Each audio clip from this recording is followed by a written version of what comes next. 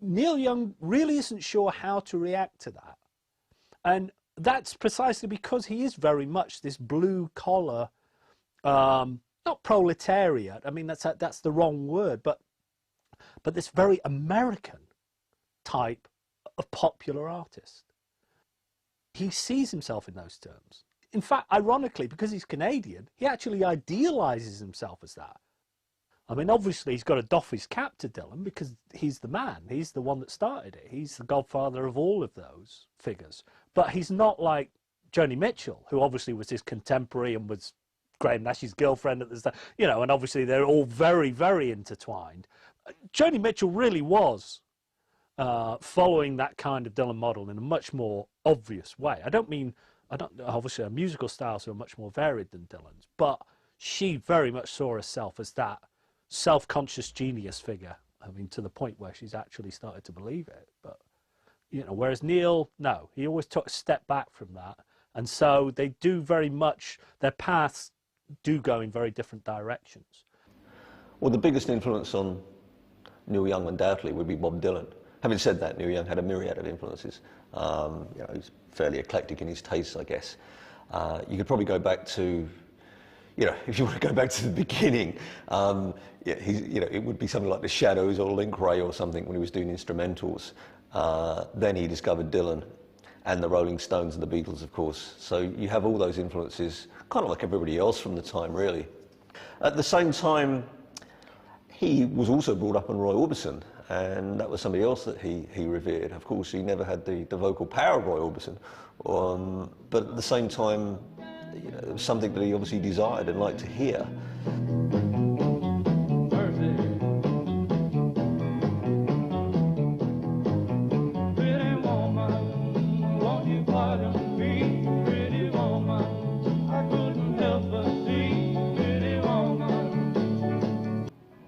You know, there was this guy in shades and at the time, and he was from old school at the same time. There was something very dark about him.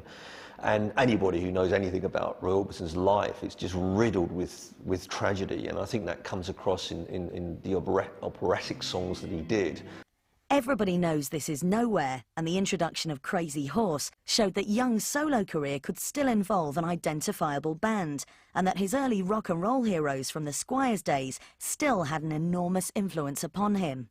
Neil Young defies all attempts to kind of pigeonhole him as this or that, and you know, so to sort of, you know, you can't sort of slot him into an archetypal singer-songwriter bracket along with kind of James Taylor and company. He just doesn't fit into that, and he's always wriggled out of any kind of straitjacket that critics have imposed on him consciously.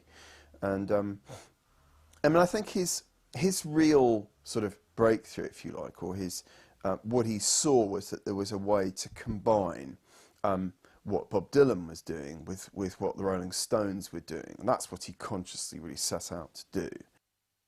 He wanted to be the lone figure at the microphone, the sort of auteur, the outlaw poet. At the same time, he wanted to incorporate the sort of evil power of electric rock and roll.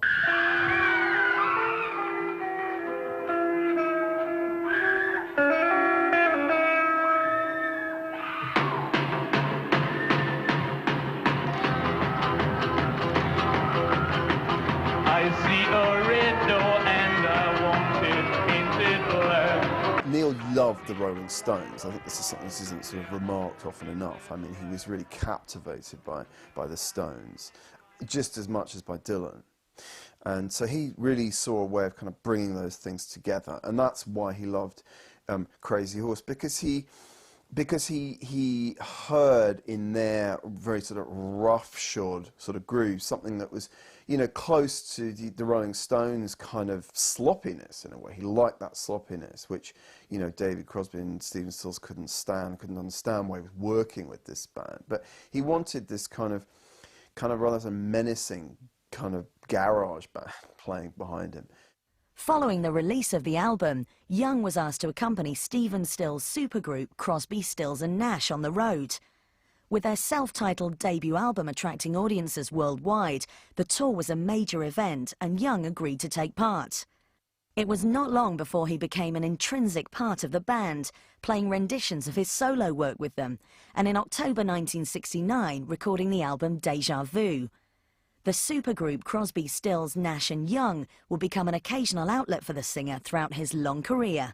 I think initially Neil Young viewed Crosby, Stills, Nash and Young as an opportunity to make more music with Stephen Stills, a musician that he still had enormous respect for despite their musical and occasional personal conflicts. He viewed Stephen as one of his favorite guitar players, someone he enjoyed making music with, someone he enjoyed writing songs with occasionally, not as much later obviously as earlier on, but his ability to come into that group with full membership after they had done a record as a trio that had already flown up the charts, and then Neil walks in and as an equal, but certainly at that point musically, you know, it wasn't like he was a sideman and was never perceived as such. Some, however, saw Young's involvement purely as a marketing drive for his solo work. How clever they are, because now they're building equity in their each individual names. Crosby, Stills, Nash, right? You know, whatever. So, in other words, you don't have an artist entity known as the Buffalo Springfield, which, if it disappears, you've built little equity in your name. Here you have Crosby, Stills, Nash, right? So, if you break up the group, you've got a Crosby that can do a single album. You know, everybody can go out and make an album. I don't think in his mind he viewed it as, okay, this is something I'm only going to do from a marketing perspective. I think Neil truly viewed it as an opportunity to make a different kind of music that he still had enormous affection for. I left years ago, it quite nearly killed me. In the long run, it will make you cry, make you crazy and old before your time. I mean, where I first fell in love with Neil Young actually wasn't after the Gold Rush, which came out in 1970, but when I went to see Crosby, Stills, Nash and Young just before I lit off for Colorado in late 1969, September of '69. It was the night I was going to go, I think, or then. And for some reason, I decided I was going to go to this show before I left. And Young just completely blew me away. Whereas Crosby, Stills, and Nash were doing their choir boy thing, their incipient fat choir boy thing. I mean, I really can't stand Crosby, Stills, and Nash. I mean, that's what's happened. They all did very good music in the 60s, but that combination, as far as I'm concerned, was death, or ick. It wasn't death, it was ick. Always, I am yours, you are mine, you are what you are, you make it hard. Soul, texture, feeling, spontaneity, unself-consciousness, all that stuff that he does all the time. And he would just add that to the mix and it would improve. She could drag over the rainbow.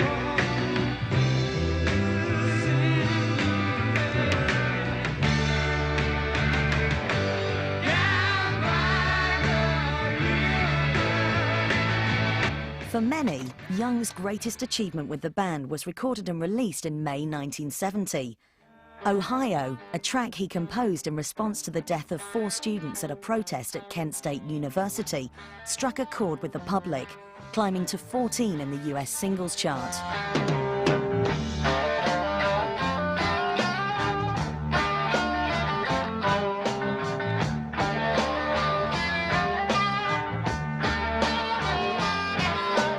Well, Ohio was arguably Neil Young's first protest song, his first political song indeed.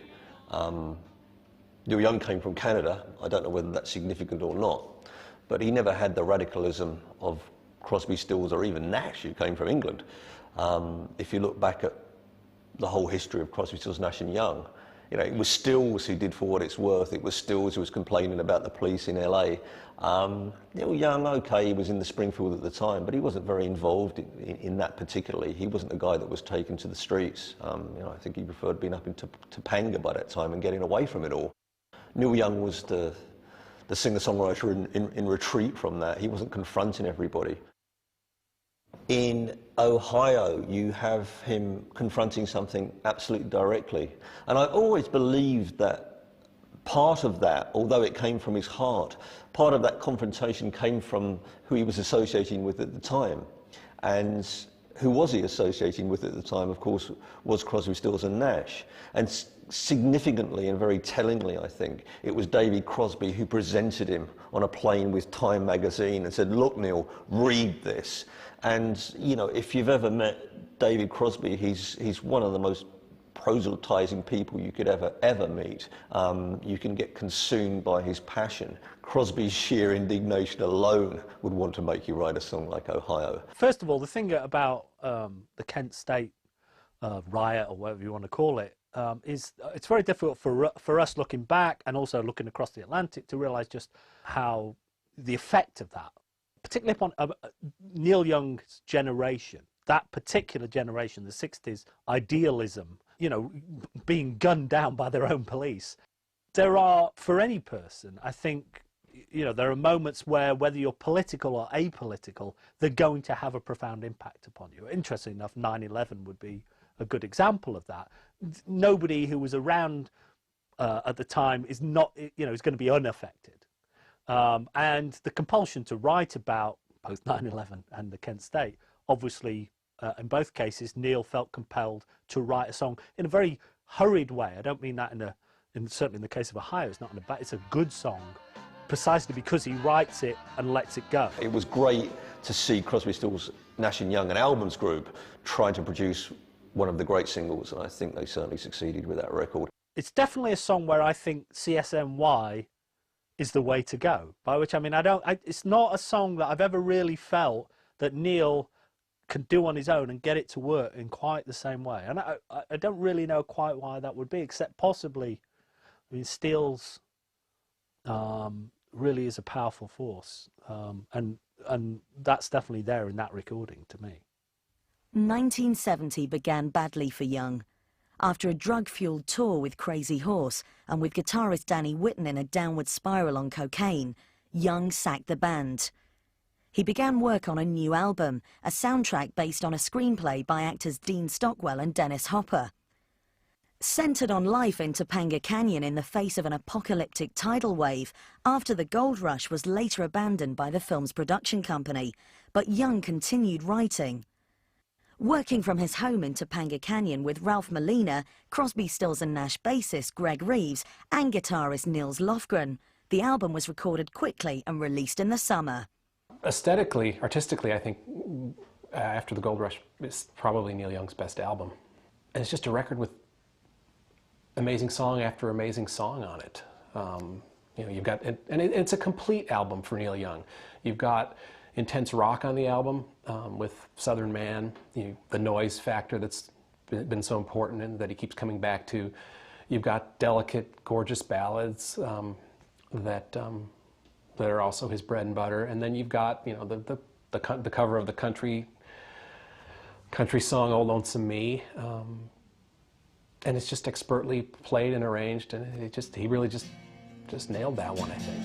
Old man sitting by the side of the road with the lorries rolling by, blue moon sinking from the weight of the load, and the buildings scrape the sky.